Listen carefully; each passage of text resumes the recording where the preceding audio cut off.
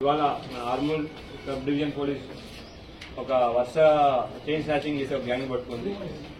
5 accuse ని పట్టుకోవడం జరిగింది. దీంట్లో శ్రీనివాస్ సాహెబ్ రావు పిటేవాడ్, గోరే కేశవ్ సురేష్, కుర్బాజీ బాలాజీ ఇర్లేవాడ్, రాజు అప్పలరావు, వీళ్ళందరూ విజయ్ వీళ్ళందరూ మహారాష్ట్ర వాళ్ళు. దాంట్లో ఇంకొక అక్యూజ్ ఎల్శెట్టి శ్రీనివాస్ అనే అతను నిర్మల్ జిల్లాకు సంబంధించారు.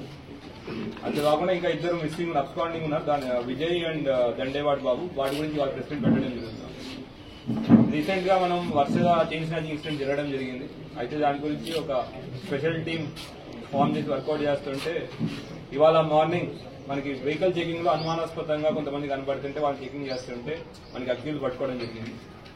వాళ్ళని పట్టుకుని విచారిస్తూ ఉంటే వాళ్ళ దగ్గర ఒక 12 తులాల బంగారం మిగతా కనబడేసరికి డౌట్ వచ్చి విచారణ స్టార్ట్ చేస్తే వాళ్ళు చెప్పింది ఏంటంటే ఈ 5 వాళ్ళు ఇక్కడ ఉండి నిర్మల్లో మంజులానగర్ అనే జిల్లా మంజులాపూర్ అనే గ్రామంలో పనిచేస్తా ఉన్నారు రీసెంట్ గా.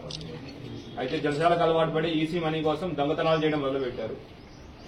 వీళ్ళ దొంగతనాలకి వీళ్ళ బైక్ ఆల్రెడీ వీళ్ళ దగ్గర Honda shine bike bullet bike ఉంది. దాంతోపాటు ఒకసారి స్ప్లెండర్ బైక్ బుల్లెట్ బైక్ ఉంటే ఇంకొక దొంగతనం చేసిన హోండా షైన్ బైక్ ను వాడుకుని ఎవరైతే లేడీస్ ఆటో వెనకాల ఉంటారో వాళ్ళని ఐడెంటిఫై చేసుకుని వాళ్ళ మెడలోంచి గొలుసులు లాక్కోవడం వీళ్ళ యొక్క మోడస్ ఆపరండి.